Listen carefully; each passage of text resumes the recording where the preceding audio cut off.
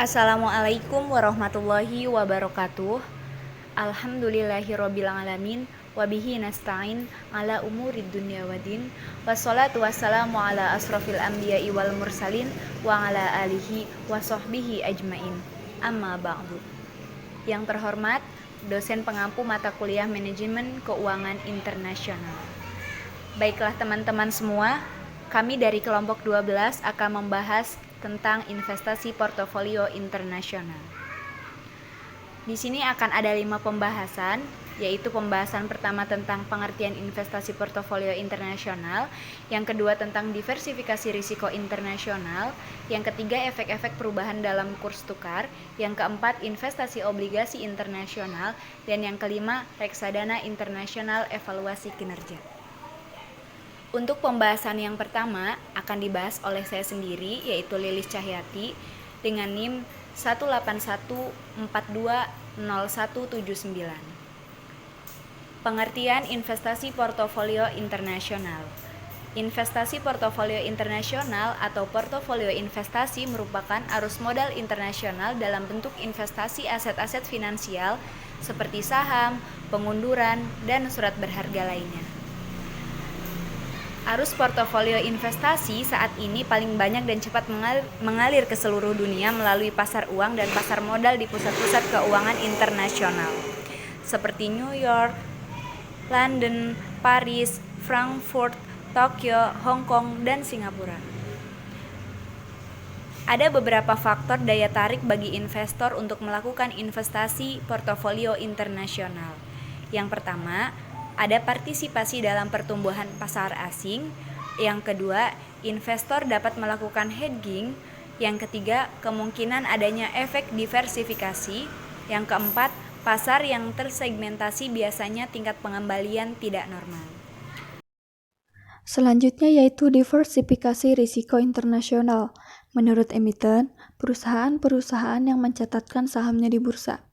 Diversifikasi internasional merupakan suatu alternatif yang menguntungkan dalam hal mengumpulkan dana bagi operasional perusahaan. Cara yang ditempuh adalah dengan cara listing di bursa-bursa dunia. Dan tidak hanya di lokal saja. Listing itu sendiri artinya perjanjian surat kuasa jual atau surat perintah untuk menjualkan properti dari pemilik properti kepada agen properti. Di sini juga ada contoh sederhana dari diversifikasi internasional, yaitu seorang investor yang memiliki suatu portofolio investasi yang terdiri atas kombinasi dari 2 saham. Perusahaan yang listing di Bursa Efek Jakarta, Surat Berharga Bank Indonesia, 3 saham yang listing di Bursa Straits Times Singapura, 2 saham yang listing di Bursa Nikkei Jepang, dan 3 saham yang listing di London Stock Exchange. Efek-efek perubahan dalam kurs tukar. Perubahan nilai tukar akan menyebabkan perubahan pada harga impor, sehingga akan memengaruhi harga barang dan jasa domestik yang dikonsumsi masyarakat. Perubahan harga tersebut dapat dicermati dari indeks harga konsumen yang terbagi ke dalam 7 kelompok, salah satunya yaitu kelompok bahan makanan. Pengembalian investasi dalam pasar luar negeri bergantung pada yang pertama yaitu pengembalian di pasar luar negeri. Yang kedua yaitu perubahan dalam kurs tukar antar mata uang domestik dengan mata uang lokal. Baik, terima kasih. Selanjutnya materi tentang investasi obligasi internasional. Investasi obligasi internasional atau dikenal dengan nama sovereign bond adalah suatu obligasi yang diterbitkan oleh pemerintah suatu negara dalam denominasi mata uang asing. Obligasi yang secara umum adalah salah satu instrumen utang yang ditawarkan oleh penerbit obligasi atau issuer kepada pemegang obligasi atau buyer dengan janji pembayaran bunga tiap term tertentu yang disepakati beserta pembayaran pokok obligasi secara penuh saat jatuh tempo. Menurut Sharon Work dalam bukunya yang berjudul Getting Started in Bonds, terdapat beberapa jenis obligasi yang dikenal secara umum. Jenis-jenis obligasi tersebut adalah: pertama, ada municipal bonds.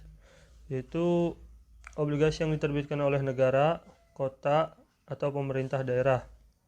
Yang kedua ada corporate bond, adalah obligasi yang diterbitkan oleh bank, institusi keuangan bukan bank, perusahaan pemerintah atau perusahaan swasta lainnya dalam mata uang rupiah atau mata uang asing.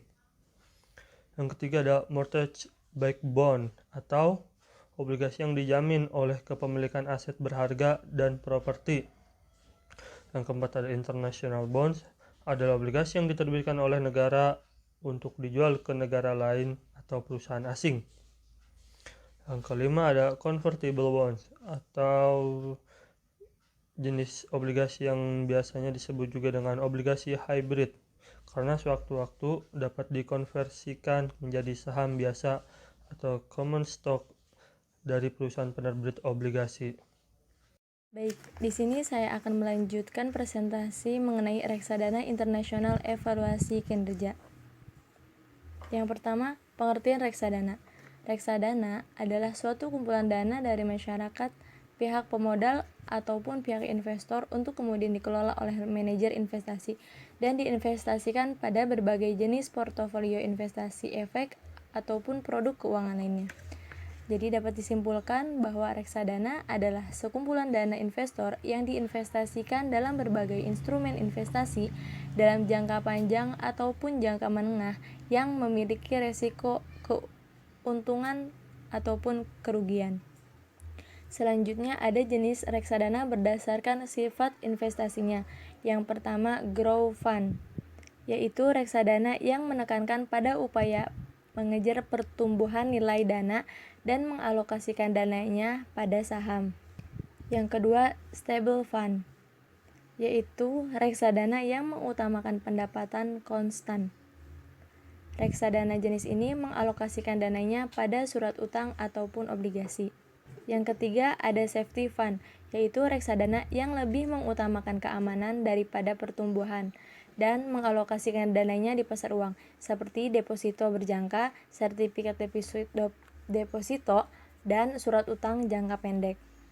Di sini saya akan menjelaskan reksadana menurut jenisnya.